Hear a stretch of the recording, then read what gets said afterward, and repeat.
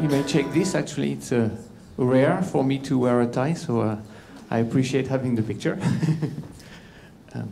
And I'll start, and you will see that there are many aspects that have already been mentioned by Tetiana and Felice in what I will present, which is really centered on nutrition and the microbiota. This is my disclaimer. I will just emphasize at the bottom the fact that I'm together as scientist and doing some education, but also co-founder and scientific advisor to 3 small startup companies in France, Mat Pharma, Novobiome, and GMT. So we, humans, are microbial, and it's one big reason for me to step up here and tell you that you are 50 trillion human cells and 50 trillion bacteria and many more microbes that are on the skin and at every mucosal interface of the human body. That's in the oral and the respiratory tract. That's in the urogenital tract and also in the gut, obviously, where we have the greatest diversity and richness of microbes in the human body. And everything starts at birth. We become microbial. We meet the microbial world at the moment of birth. And, well, something very key happens. We mature our natural defenses over time after birth at the same time as we develop our microbiota. And this leads to what I call here symbiosis. It's a situation where the gut microbes, the dominant gut microbes, are recognized as part of self by our natural defenses, by our immune system. And the maintenance of this recognition is really essential. If it's not there, then there is disease. The microbiota contributes to many functionalities. It's essentially relation with food, among microbes, and with the host. One is with food, so they contribute digestion of fibers, as was mentioned by Felice. Also the production of bioactive small molecules that are very important for our human cells and detoxification. They provide in 2 direct antimicrobial protection. They occupy the space, and it's only if we take drugs, for example, and we dismantle the ecology, then that external microbes, environmental microbes, sometimes pathogens can come in and establish. But otherwise, they are protective.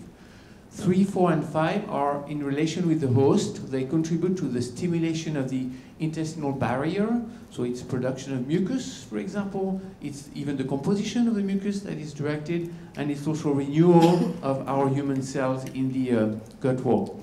Stimulation of the immune system, really it's an essential parameter. Our defenses are here to manage everything that can go wrong, and they are constantly educated by our gut microbiota. And signaling to other organs, it's essentially to the whole body. We're here to talk about what we call the gut-brain axis, and it's signaling from the gut all the way to the brain with neuroactive molecules. It's a complex system. So it's fragile.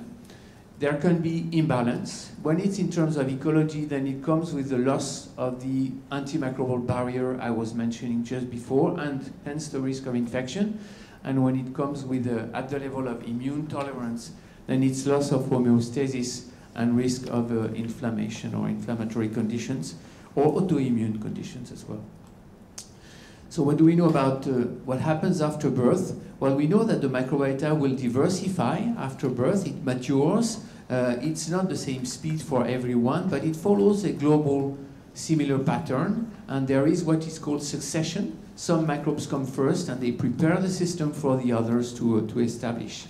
This study, still recent, told us that even at age 5, the microbiota has not, on average, reached the complete richness and diversity of the adult microbiota.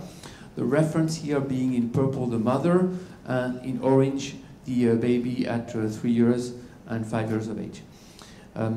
So yeah, it takes time, and the intestinal microbiota is probably still not yet mature at age 5.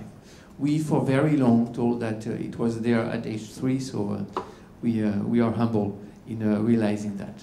And now we've used technologies to analyze the microbiota that are based on sequencing DNA, sequencing genes, like we would sequence the human genome, basically. That's what we apply now.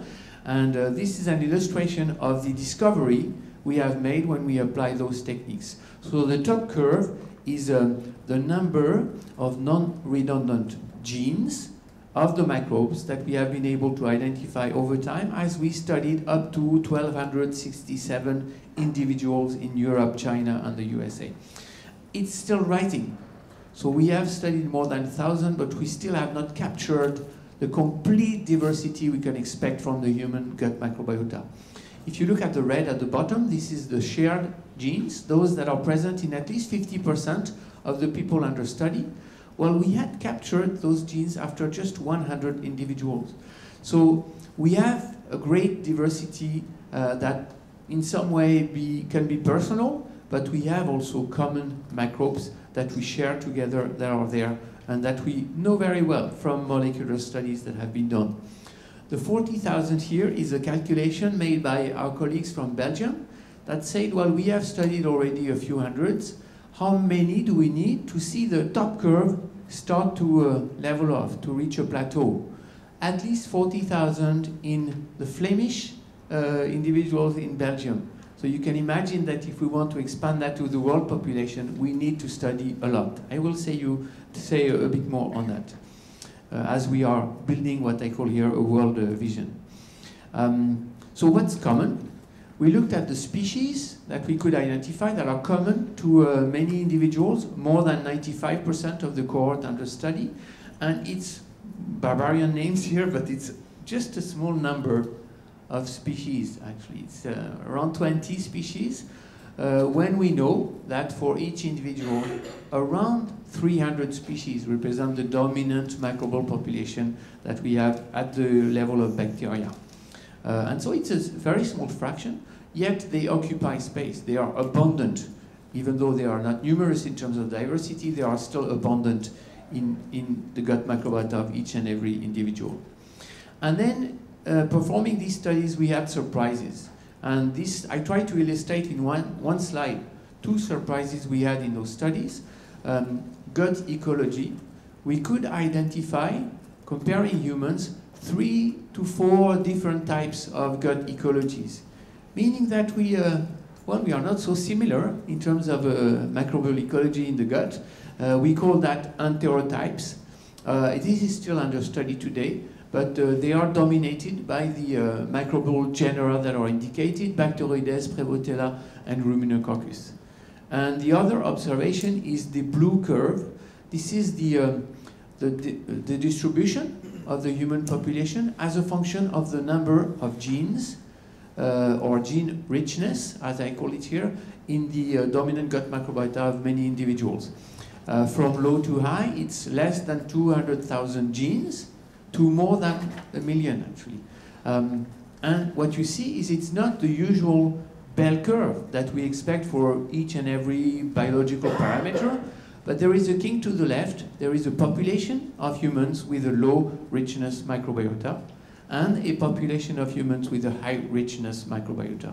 And this discovery was made in 2013, and since we have been able to link this to health or to disease risk. So it's a very important parameter, and Félicie mentioned it, and I will mention the same in a few more slides.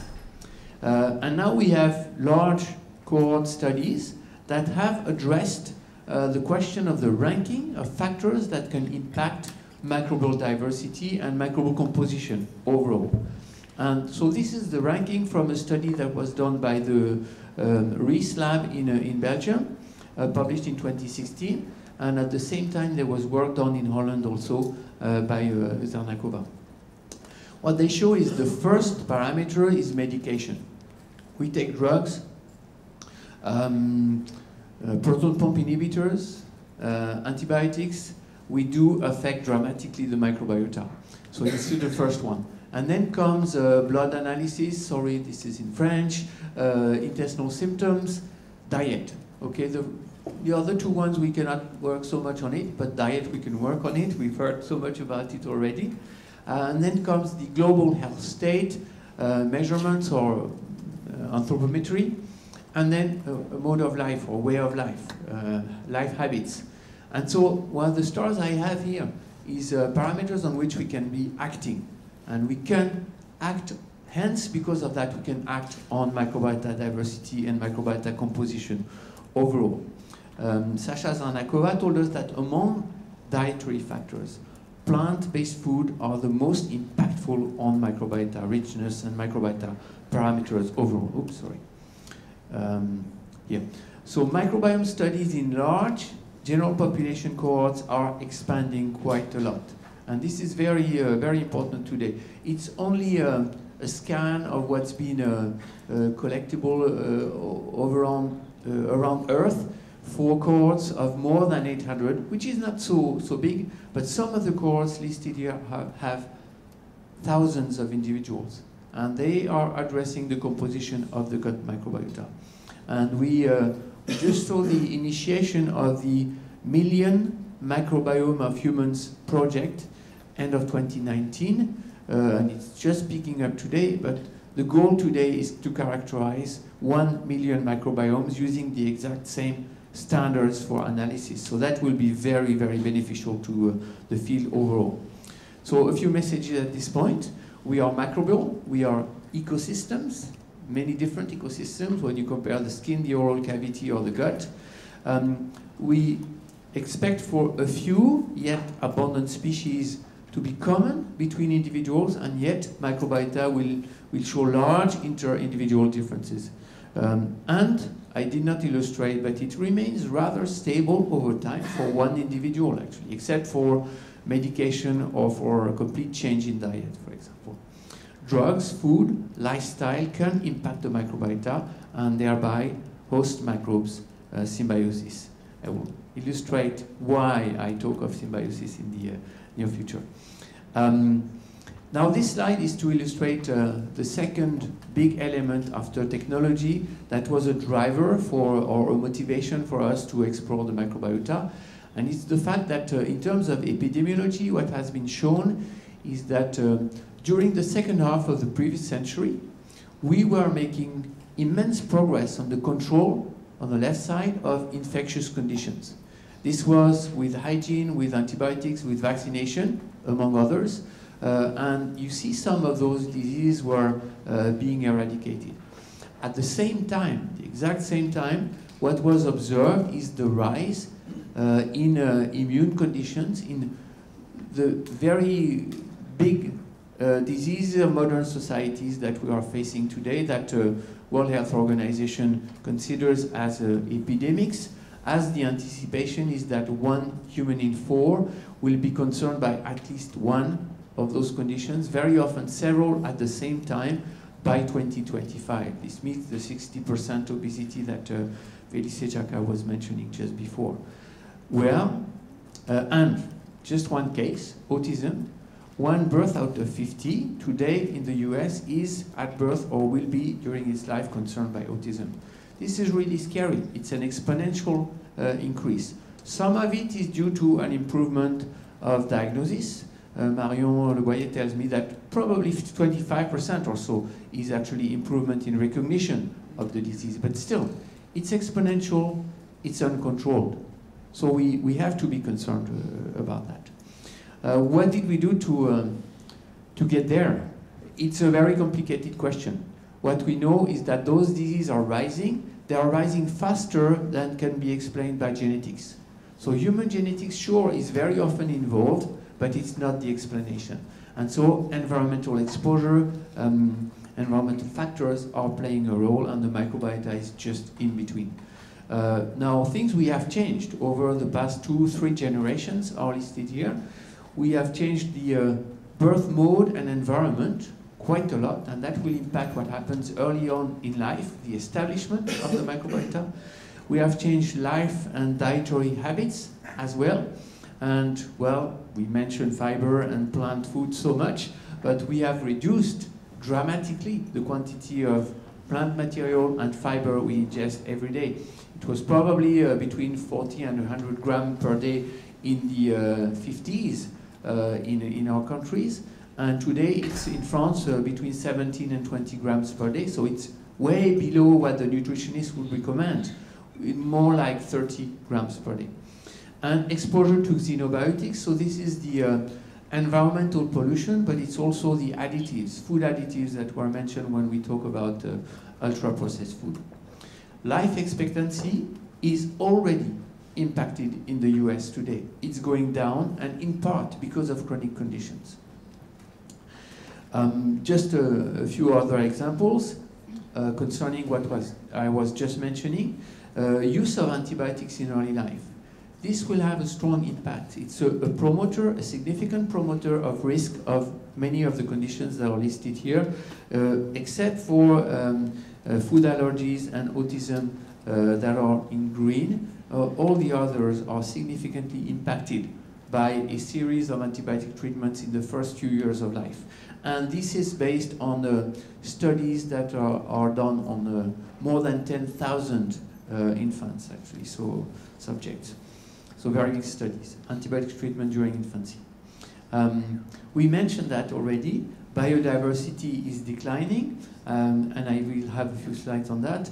But the illustration on the left here is the loss of diversity of food or plant species and strains that we use in agriculture.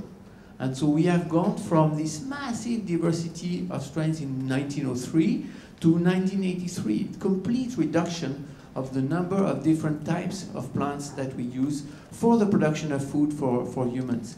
And this is a reduction of the exposure to many potentially beneficial chemicals that we could encounter. On the right-hand side, it's a connection between dietary changes, changement alimentaire, and the impact on some cardiometabolic conditions and also neoplasm cancers, actually, in the light color. But look at the dark red color. Many of those changes actually are linked with a reduction in fiber intake, in quantity and also in diversity, in quality, so to speak. And it's now seen as a marker of risk of, among others, cardiometabolic conditions. And well, this is an illustration of extinction when I talk of vegetables being reduced. Well, we know about the sixth extinction, but there is an invisible part to the sixth extinction, which is the reduction or loss of microbiome richness. In humans, the comparisons have been made between populations that are in the Western world, our populations, and populations that are that have lived up to today or until today in the remote places or away from modernity. And what we see is that we, in the Western world, have lost around 50% of the microbiome richness. It meets the illustration that Felice was showing just before. And so what we have done is we studied the microbiome of patients compared to healthy individuals in many clinical conditions. They are listed, they relate to the central nervous system with autism, major depressive disorders, or multiple sclerosis listed here, the gastrointestinal arena, or liver conditions, metabolic conditions with insulin resistance, metabolic syndrome, obesity, and also strict immune conditions. Even at the bottom, cancer immunotherapy, which is a condition where we found connection between the microbiota and the condition itself. But what we have come to realize today, although we talked of dysbiosis for probably 30 years now, is that there is a connection not just with the microbiota. Very often, this is associated with a leaky gut syndrome, increased gut permeability, with inflammation, and with oxidative stress. So what we have to deal with is a disruption of host microbes symbiosis. Well, this is telling nothing about causality. So again, Felice mentioned that before. I just have two illustrations to indicate. Microbiota transfer is the way we try to approach causality. And so we transfer microbiota from humans to animals, very often animals that we raise under germ-free conditions, no microbes. And so we reconstruct a symbiosis, in a way, between the microbes and the host animal.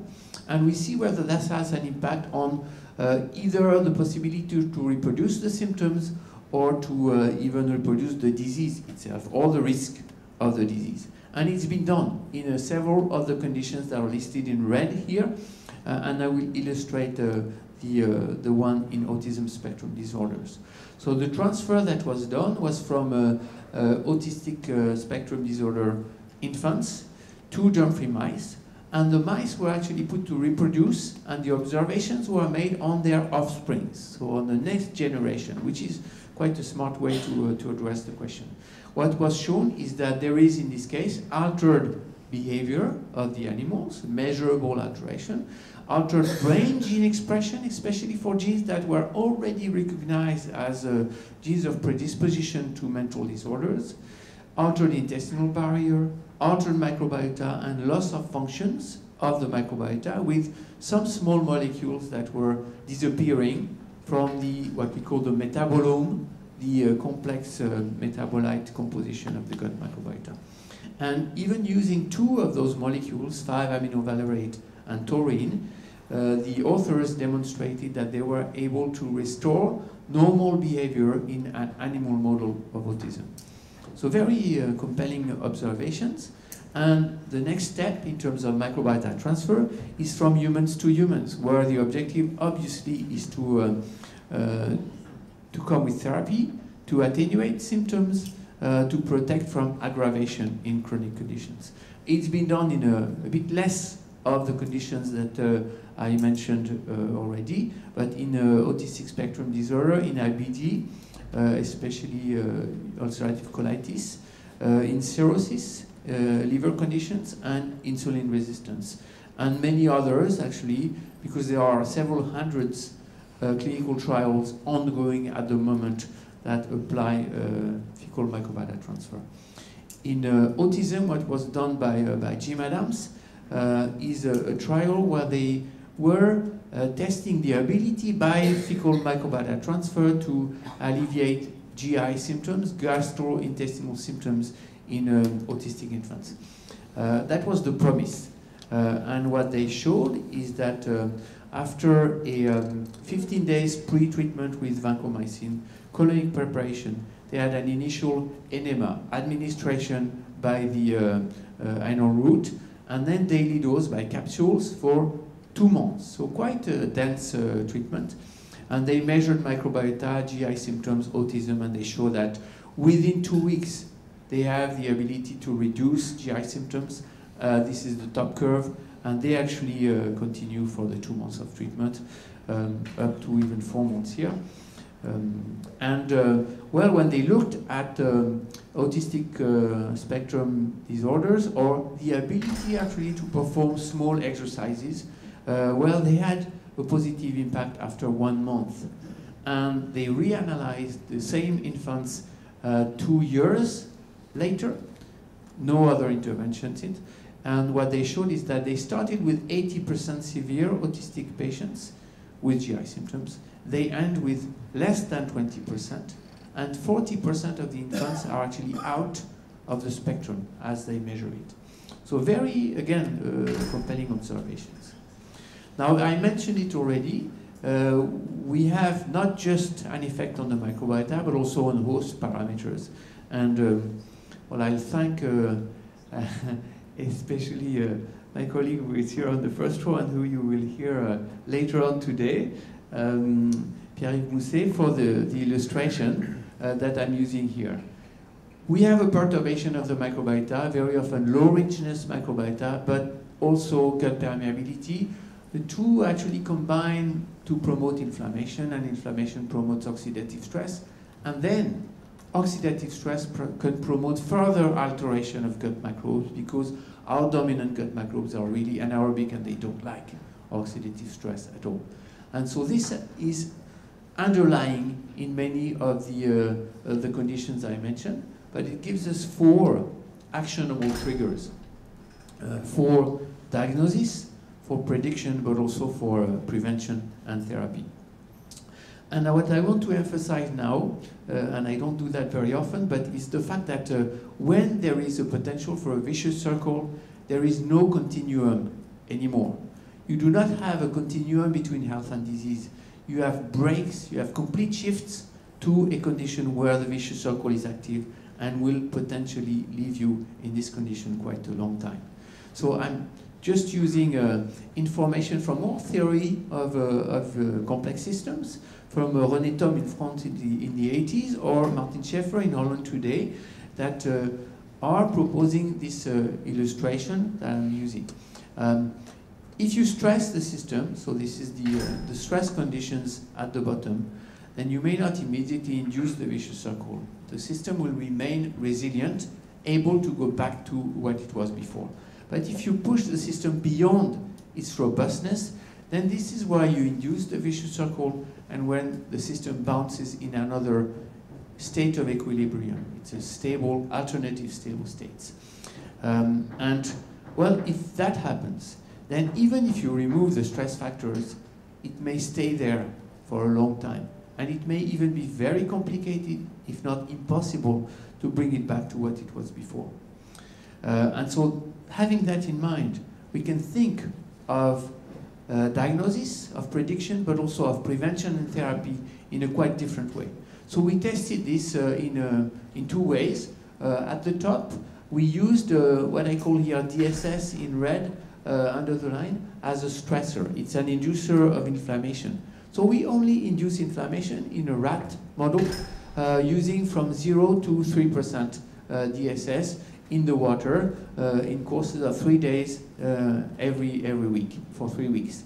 And what we look at in the end is whether the animal were able to go back to normal in terms of microbiota composition and gut permeability, or whether they ended up in a situation where they had either gut permeability or altered microbiota or both.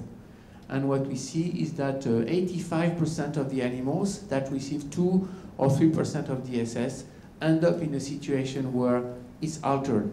It's durably altered because we are looking at 40 days after we stop the induction.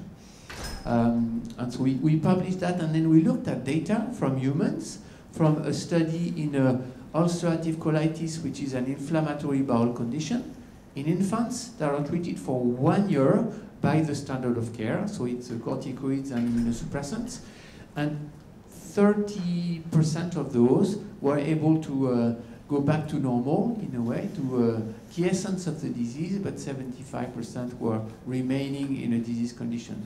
And well, our modeling and our calculation tell us that it's very likely due to a combination of altered microbiota and altered immunity.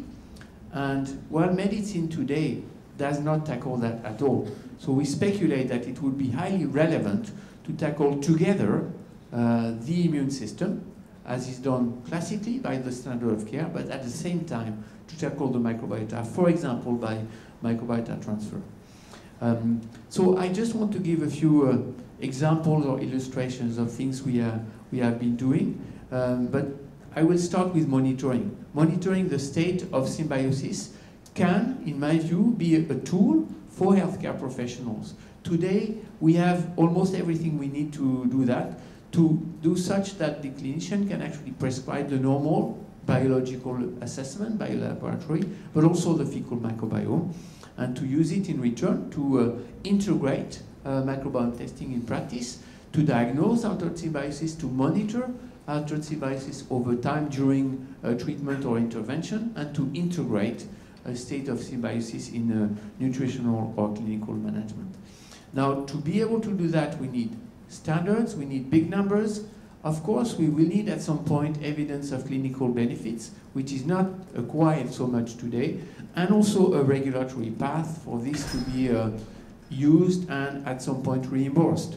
And also patient education and training of healthcare professionals. Sometimes patient education goes much faster than healthcare professionals in our experience. And so I just want to illustrate that we have the standards. Oh, just one citation. We need microbiome clinics and we need microbiome clinicians. This is by Elizabeth Homan of Harvard. So we have the standards. We published that in 2017. Actually, the standards we published then for microbiome analysis were already available on the web by April 2015. So it's there, it's available. And we have large numbers. I already mentioned the Million Microbiome of Humans project. Here in France, we launched last year the French Gut, the microbiote français, a project within which we aim to recruit 100,000 French residents to characterize their gut microbiota and associate data on life habits, on nutrition, and on health. And so you have seen the curve already before, at least the black curve, which illustrates the distribution as a function of gene count. What's in orange and green is the distribution for obese and non-obese people. And what you see here is, if we split that, we have really a bimodality. So it's really two different populations that we deal with. And we have published ever since this observation that postbiosis or low gene richness is associated with altered metabolic and inflammatory traits, just descriptive, but it's also predictive. So it's associated with non-response to calorie restriction in overweight and obesity. So people that are on the left will not lose weight, will not improve their immunity, will not improve their insulin resistance upon dietary intervention. It's associated with higher severity and faster progression in liver conditions towards cirrhosis and stages where there is a need at some point for liver transplant. And in cancer, it's associated with reduced progression-free survival after immunotherapy in melanoma and lung cancer, with reduced survival after stem cell transplantation for blood cancer, and with higher risk of complications in blood cancer treatment. So it's a small indicator of the quality of your microbiota and the relationship you have with your microbiota, but it's very informative. So I have two slides on work in progress with Marion Levoyer and the colleagues at INRAE on autistic Asperger patients that were split into, in blue, non-GI symptoms, NGI here, and in green, GI symptoms. So we have a large population of people and healthy controls in gray on the left.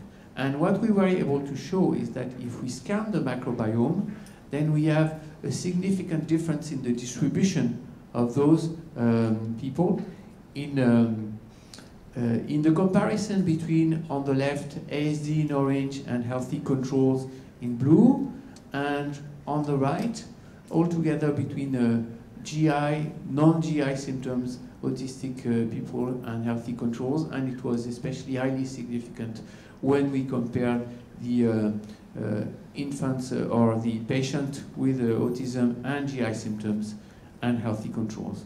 We went into further details comparing the importance of different configurations of GI symptoms, and we have further observations that I'm not illustrating here.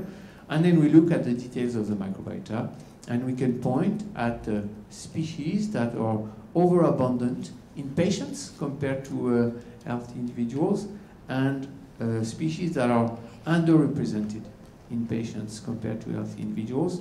Very often, some of those species are connected with the ability to talk to the immune system to modulate inflammatory context.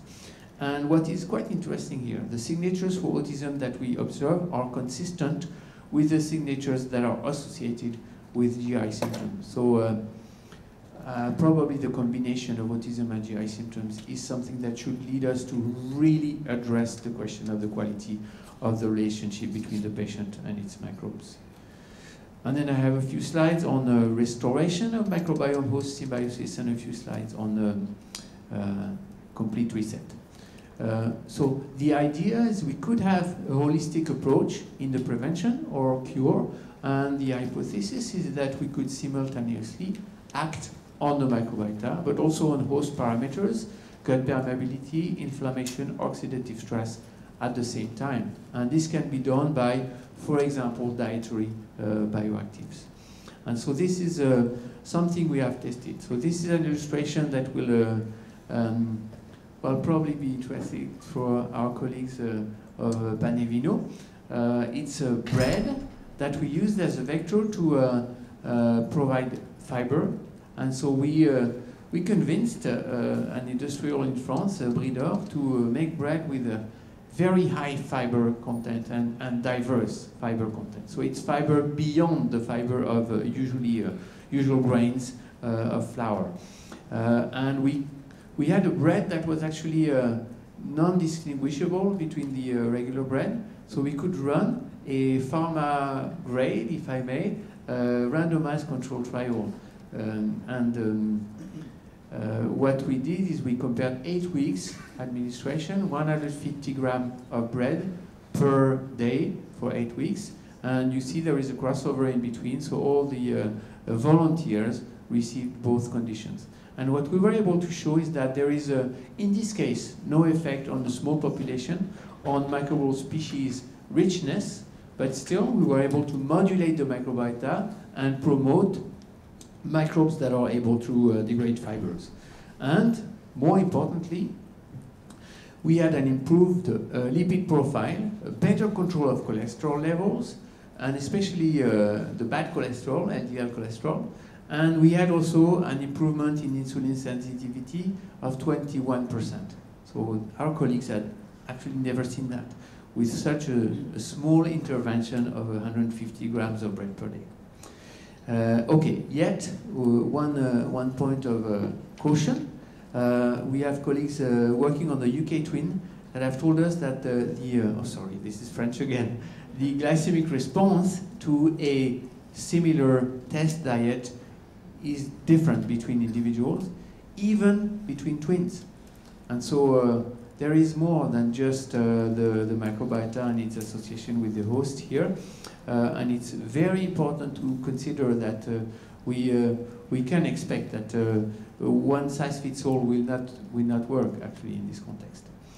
Okay, another example, work I have done with Marion Leboyer and Pierre Mousset is a combinatorial approach that we set up to do in a mouse model of depression. This is the mouse model that is used for the development of new antidepressant drugs. And the animals are stressed for 4 weeks, set under conditions where they will have measurable behavioral alteration in terms of anxiety and depression. And then they are treated, so we compare our suggestions of treatment with an antidepressant, clomipramine, or no treatment. And we look at the effect on behavior in terms of anxiety and depression. And the actives we use are glutamine, that will act essentially on intestinal permeability, as it is an energy source for our cells of the gut wall. We use curcumin, a polyphenol that will act as an antioxidant and anti-inflammatory compound. And we use Lactobacillus rhamnosus GG, which is a probiotic very well known to act on microbiota resilience and resistance, on gut permeability, on inflammation, and also in part on oxidative stress. And that has this property to produce GABA, which is a precursor of serotonin, as you all know. And so what we observed is that, so what I'm showing here is the impact of the treatment. We drop in terms of performance or depressive-like behavior and anxiety-like behavior. And what we want to do is to restore. In red, clomipramine, we have a restoration. They feel really cool, actually, because it's even better than at the start. And when we use our bioactives, some of them will act individually. We combine 2 by 2 and all 3 together. When we have all 3 together, and this is what I circle in blue, we do as well, statistically speaking, as the antidepressant drug. So 3 bioactives, 3 dietary bioactives taken together can do as well as an antidepressant drug in this animal model. And so we started not too long ago actually a clinical trial in humans that are receiving the combo to see whether in humans that are resistant to the first line of antidepressant we observe a positive or beneficial impact on the treatment. And just a few slides on the Mediterranean diet and other diets. This is a very global observation of the impact of Mediterranean diet on risk of a number of chronic conditions, essentially cardiometabolic conditions here. But what you see is that all the dots are significantly to the left compared to the straight line you have at the middle. Again, this is on very large numbers of individuals, and this is showing that the diet itself is really of major importance to avoid or prevent many of the cardiometabolic conditions listed here, and breast cancer as well. Just one slide on Mediterranean versus pescatarian or vegetarian diets, showing that, yeah, here again, we have an impact on the risk of type 2 diabetes, of cancer, coronary mortality, and overall all-cause mortality. That is quite interesting to consider. And what's interesting is that global diets link also environmental sustainability and human health. We talked about environment a little bit before. And just a few slides before I finish on fecal microbiota transfer. We've mentioned it already a few times. What is the goal in fecal microbiota transfer is to, in patients that have dysbiosis illustrated by the overrepresentation of the red dots here, have an approach that will aim to reset the system, so to replace by a normal microbiota and to regain functional symbiosis. It's been applied in one clinical condition, which is the infection, gut infection by Clostridioides difficile. Even I have difficulties to say it. And it's the only condition that is recognized as applicable for that. So all the rest is research at the moment, but there are many trials ongoing to explore the potentials. In Clostridioides difficile, fecal microbiota transfer leads to more than 90% cure. More than 90%, it's better than many drugs that are used in medicine today. And so it's used a lot worldwide to treat patients and save life. The small company I work with, Mat Pharma, is conditioning human stool samples to re-administer to patients that are treated for blood cancer, essentially for the moment.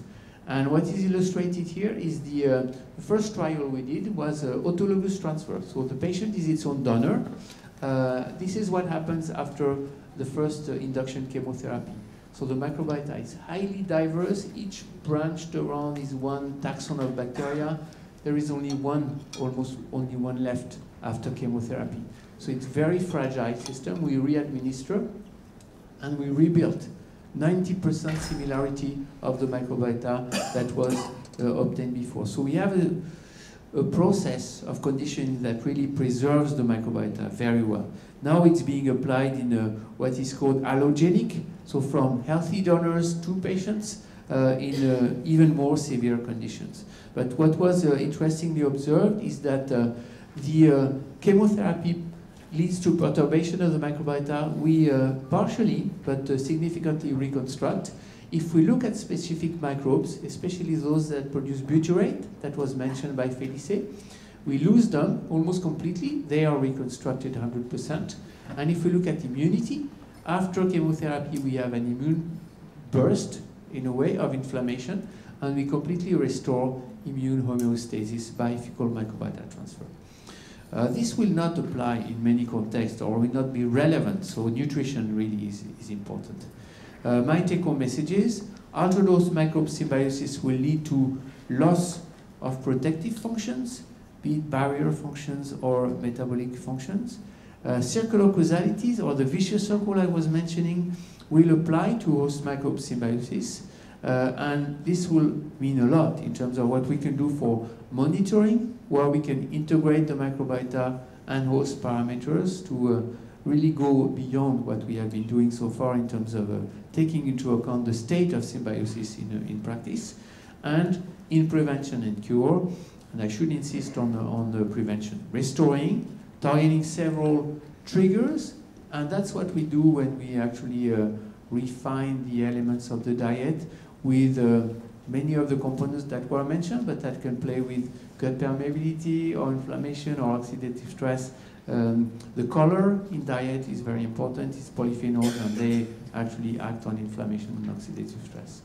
So nutrition and diversity in nutrition is really key. I often say we should, rather than 5 fruits and vegetables per day, as we commonly say in France, should target 25 different fruits and vegetables per week, because this forces to do the exercise, basically, and hopefully be able to do the shopping and to do the cooking.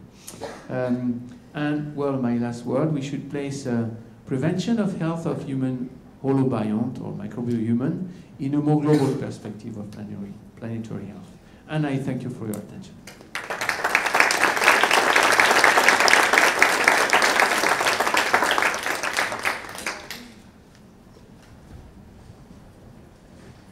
Thank you for making this so complex science understandable for me. Thank you. I have one question. It's regarding the.